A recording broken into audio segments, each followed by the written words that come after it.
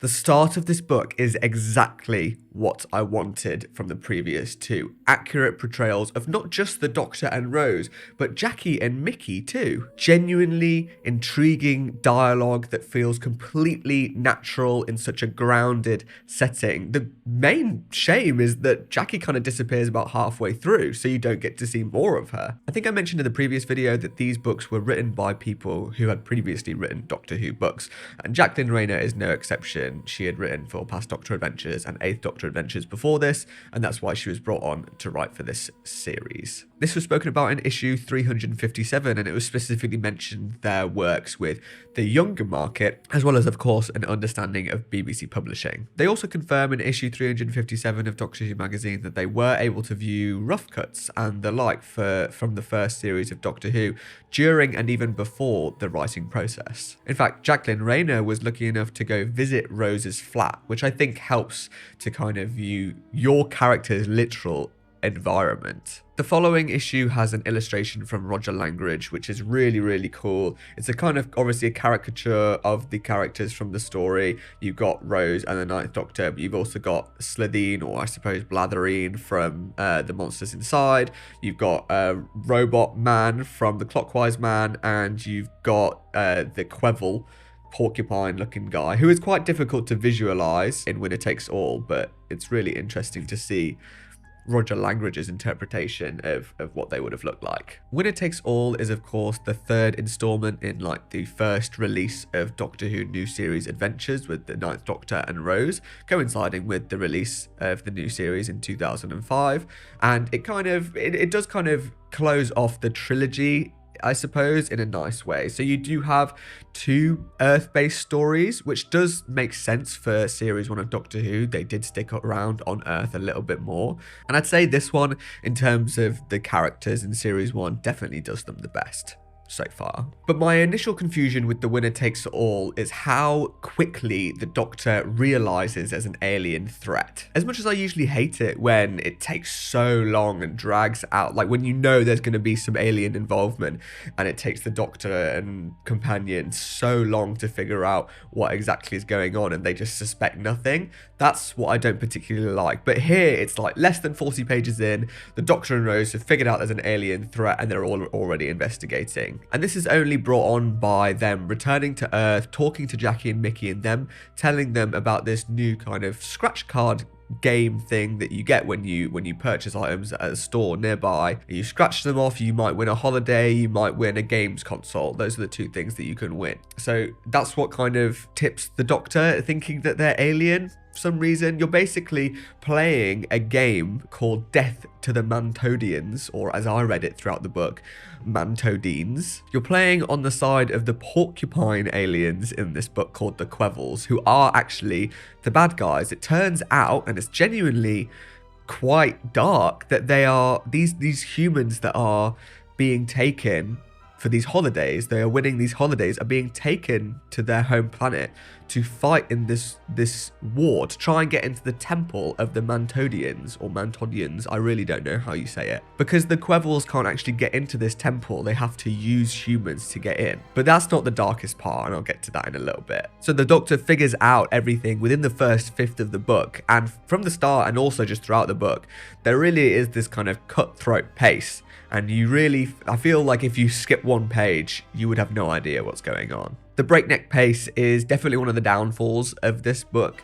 You never really get to have a break and assess the situation, and it definitely helps to kind of add to the stress of all the characters, but you don't really want to be reading however many pages of just constant action the whole time. You don't get to reflect on this fact that the Quevilles are using humans to fight their war, and not only are they using humans to fight their war, they're making the humans who have won these game consoles control the humans who won the holidays. So whilst you've got humans at home with games consoles thinking they're just playing a video game, they're actually controlling humans in a war for an alien species, and so many humans are dying because of it. The whole plot is really quite dark, with discs being implanted in the foreheads of the humans that are being controlled, and then they can't actually control their own body. They can only see what's going on.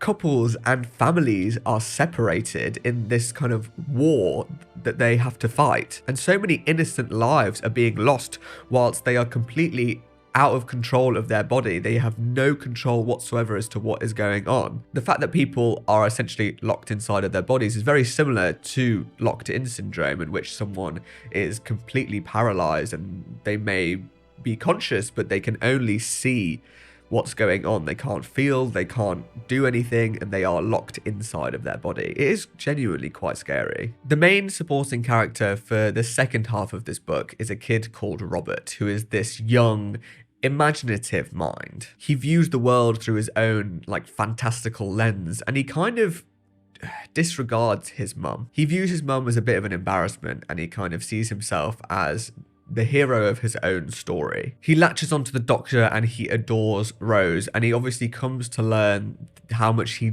loves his mum as much as he likes to pretend that he doesn't. It's quite easy to view Robert's character as a child with some sort of neurodivergence, which is really cool to see in a Doctor Who story of this age, although it is not explicitly stated anywhere. Unfortunately, as much as I have kind of praised this story quite a lot, the writing itself, aside from the characters in the beginning, does just kind of end up falling off. And it seems to be a running trend with a lot of these.